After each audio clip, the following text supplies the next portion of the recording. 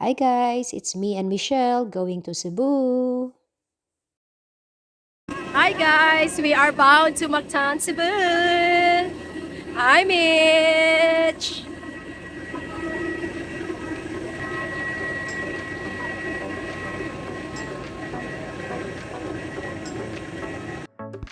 So guys, ang first stop namo is going to Temple of Leia.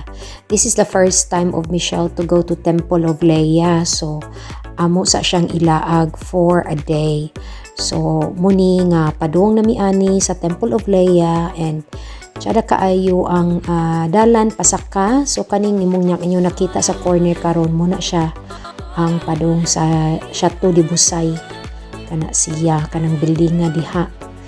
So karon pasaka nami sa Temple of Leia. So ang Temple of Leia muna siya katong ang tag-iya ana silang kuan kanang pamilya ni Ellen Adarna. So karon kay first time lagi ni Michelle amo ning pangadtuan ang mga lugar. First time pud niya sa Cebu. So muni tuyok-tuyok lang sa taani no. Kay moro may ato ang lingaw diri while going to nag-layover mi sa Cebu for one day kay we are bound to Coron pagkaugma. So muni siya ang pasaka na padung sa Temple of Leia. Kanang di ang skilid muna siya ang padung sa Mountain View. No, nakaanha na pud ko diha. So muni karon ang pasulod sa Temple of Leia.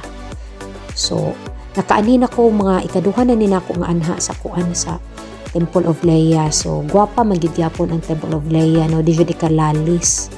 So, bongga gyud kaayo ang Temple of Leia. Murag gyud kag niadto sa kana bitong Greek na country. Of course, Greek na country, Greece jud na, char.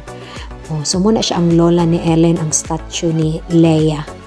Leia Adarna. So, karon nagrampa-rampa lang sa ami dinhi, picture lang sa ami ani ni Michelle. So, naay mga gaprina photos pod.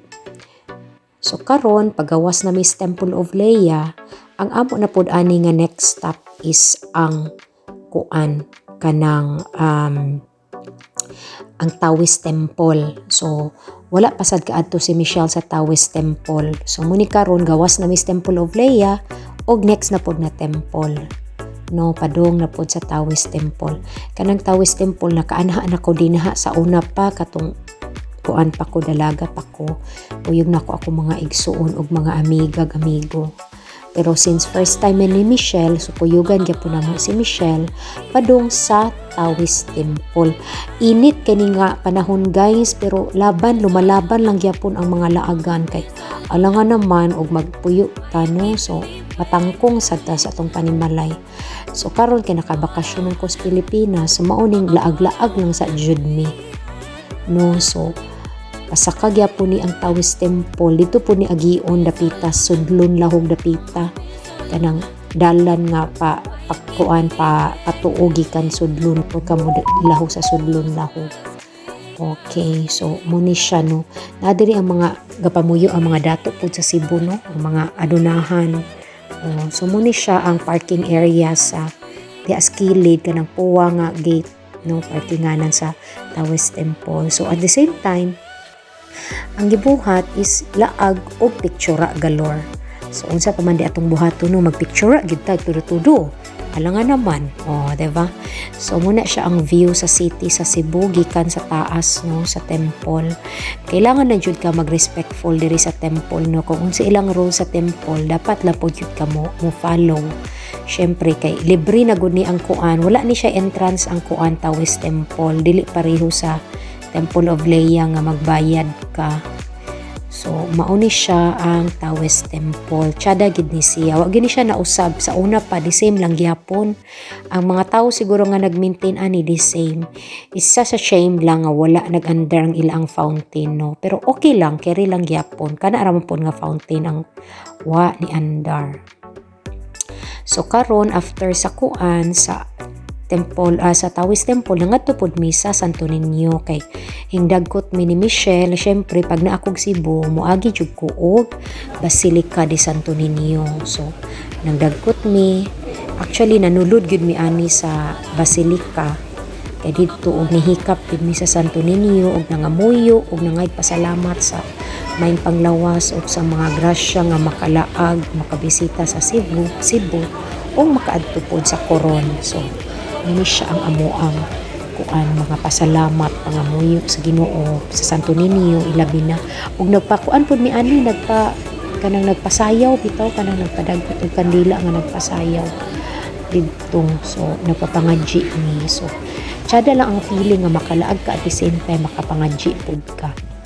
So muna nagkunot nagkunot akong agtang wa gyud ko kasabot kasabot ako. So muni siya ang pila dito pasulod gyud sa Santo Niño, wala pa kaayoy tawo ani nga time. Pagawas na mo taas na ka ang pila ani. Naglaag-laag mi siya Shangri-La. So nagkuan mi ani kanang nagfeeling mi ba. So joklay ana-ana din gitan-aw gyud na mo ang sulod sa Shangri-La kay basin pa man di ay makastay ta ani diri pohon no. So muni nga among giadtuan ni adto mi dito sa ilang dagat, muni ilang dagat dili kaayo dako pero carry lang. Ang ilaang balas medyo kuan course ang balas kanang sandy ba. So muni na kami balik and then laag-laag galore. Dayon pag human sa Shangri-La, exita lang sa mi. Dayon niadto na pod mi sa next na pod nga resort no. So actually niadto mig moving pic ani pero wala na nako giapil og video kay dili kayo tsada ang ilaang lugar kay nabagyuhan man gud suya adto. So muni drive lang sa mi ani sa akong bestie. So karon adto mig B Resort Mactan. Ang B Resort is very nice ang ilang beach kanang limpyo kaayo. Gikuan gyud siya kanang gilimpyuhan gyud siya ayo na sila volleyball court. Hi guys! This is your feeling vlogger Ivy Kensler. Andito tayo sa B Resort. B Resort in Mactan, Cebu. It's beautiful here guys. And I love the ambiance. They have very nice restaurant. It's beautiful. I love it here. So, hopefully makabalik kami dito guys. And please enjoy the view. Ayan o, ang ganda. Wow. So next guys, niadto mi sa Dusitani Mactan. So muni ilang infinity pool. And Dusitani Mactan has one of the best sunset views sa Punta Engano, Mactan, Cebu. So nice kaayo gyud ang ilang sunset and then pwede ka mangapi dito. So kani nga time nangapi mi and then nag-inquire pod mi about sa ilang day use. So beautiful kay ang sunset di gyud ikamahay.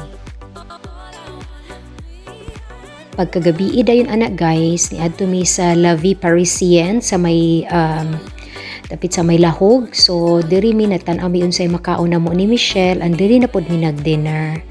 Picture pero wala mi nagdugay na dinhi kay gabi na magud kaayo kay na traffic naman mi dito sa Mactan pabalik. So pagka muhawa kag Mactan dapat sayo jud.